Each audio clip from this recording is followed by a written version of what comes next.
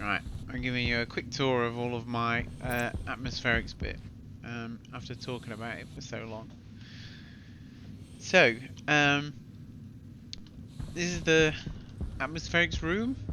Uh, what we've got is loads of different tanks, loads of different filtration units, and each filter has got a couple of filters in it for each of the different gases.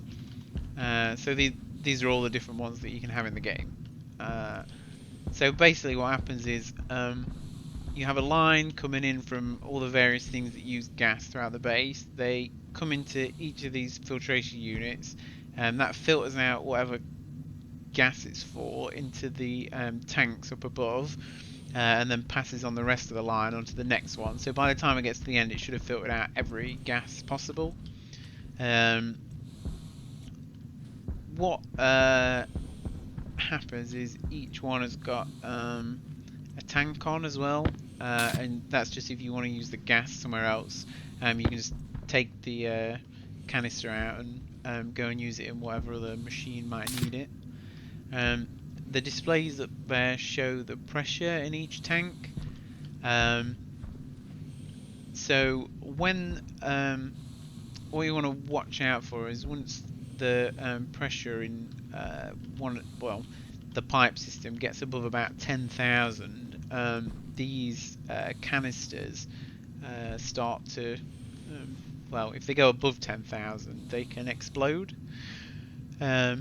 So what we've got on the back of each one is each one of those lines comes into one of these, which is a back pressure regulator, and you just set the value. So you can see I've got that set to, I don't know if you can read that, but it's set to 10,000, and that just means if the pressure exceeds 10,000 then this engages. It's like a pump, and it comes out into this line that goes down there, and the all of these coming into the purple one sort of combine. So that's the three gases that make up like the atmosphere that I use in the base. So that's oxygen, nitrogen, and carbon dioxide, and then they all combine, come down this purple line here into this massive tank, and basically those just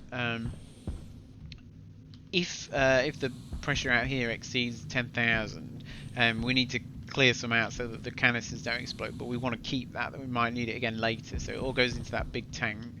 And then if I've got this kind of refeed line, and you can just enable the pump there and it starts pumping the gas back out of the big canister.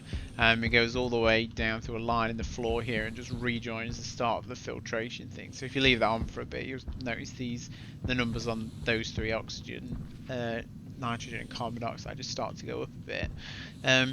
Because those three are the one that we use for the atmosphere, each one of them's got a pump on, and you can just enable the pump there. You'll see the pressure in the tank start to go down a bit, and then if you look at the atmosphere in the room, you see the pressure start to go up a bit, and eventually it starts to add.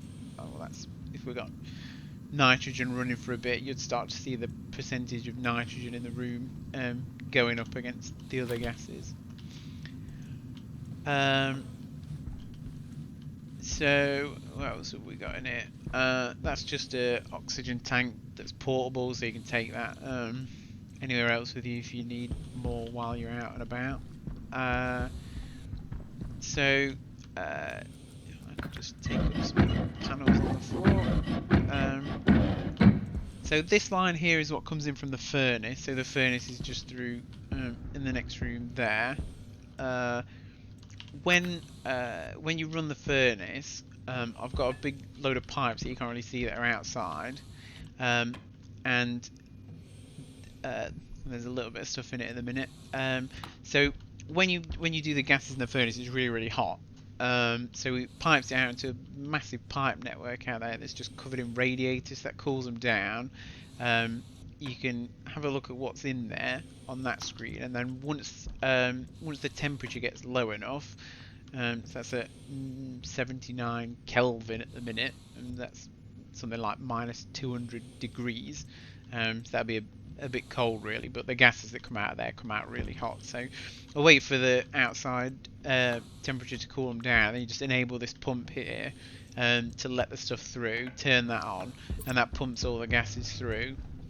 It comes to this line here, and then everything sort of joins together. So that's the refeed from that atmosphere tank over there, the feed from the furnace here, and there's a couple of other bits, and then they just join the filter there. So that's where most of the gas comes in from. There's a line here that comes from like a solid gas generator that's running on the other side of the base. That comes in and just joins the same bit. And then there's a room intake here. So if the gas in the room starts to get a little bit out of whack, and I want to run these a bit, but I don't want to over pressurize the base, because if you pressurize it too much, the walls will start to break. So if I enable the that out there and turn this pump on, and if you have a look on here, you see the pressure starts to go down, and that'll start to bring in just the general gases from the room. So you see the oxygen's going up, the nitrogen's going up, the carbon dioxide's going up, and then you can just run that for as long as you need. Disable those again, and then redistribute the gases a bit, so you could just kind of get the ratios a bit nicer. So mine, the oxygen is still a bit high. It's at 65% of the overall atmosphere, and normally you'd want that a bit lower because it's combustible, but it doesn't really matter too much because I'm keeping the temperature pretty low anyway.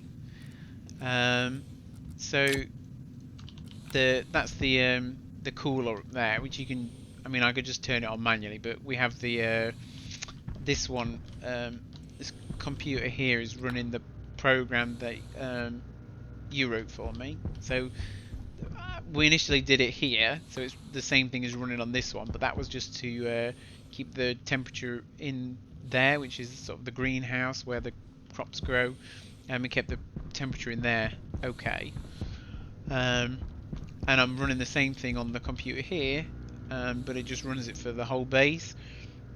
So all up along see them up there, and then in here as well, that's just loads of coolers and heaters, and then there's another one of those canister things up there, because the coolers all have a network outside with a bunch of radiators on it, and the pipe has to be pressurized for the cooling to work properly. So those canisters there just let you fill it with just a gas so that it's pressurized to cool. And I normally use the gas that's in this one, the pollutant, because it's quite a good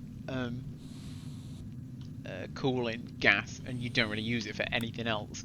So pretty much all I use that one for.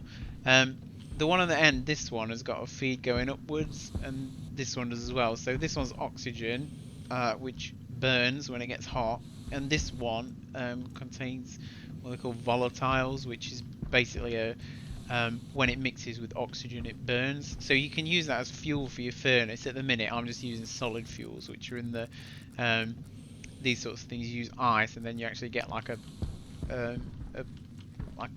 ore version of this volatiles, and you can just throw them in the furnace together and they burn, but it's a bit awkward getting the ratios right and stuff to get it to heat up properly, and it's a bit inconsistent because you put in different amounts, and then it if you hold them in the room as well, they start to melt. So what I'm going to do with those two lines going out is they're going to go up and over the roof, and then join a mixer where you can set the ratio exactly, and going to put that straight into the furnace, so you can use it to heat the furnace up and just do it a lot more accurately than just putting in the physical stuff. I think that's most of everything in here. Oh, this is another pressure regulator I've got just for all the inputs, because this takes input from the atmospherics over there, from the fuel generator, from this air intake, and I have that a bit higher, but it's just another pressure regulator that if this the pressure in all these gets too high, rather than exploding, it will just vent some outside. And there's this thing as well, which is a scrubber. You can disconnect that and carry that around the base. use it, but you can just put a couple of filters in the back of it, and I just have it for a couple of the trace gases, because some stuff, like if it leaks out of any of those at all when you're like rebuilding the pipes or anything, or if you run your jetpack, um, depending on what gas you got it run on, they can just leave like trace amounts of random gases in the air, and if they're too high, um, it it can be poisonous in the air when you take your helmet off. So the scrubber just kind of sucks those out. You could do the same thing by just running the air intake there, and then just putting the pumps on for the actual gases you want in the atmosphere, and eventually it suck all the rubbish out of the room and only give you the good stuff back anyway. But this does it loads quicker because it sort of actively targets the stuff that you want.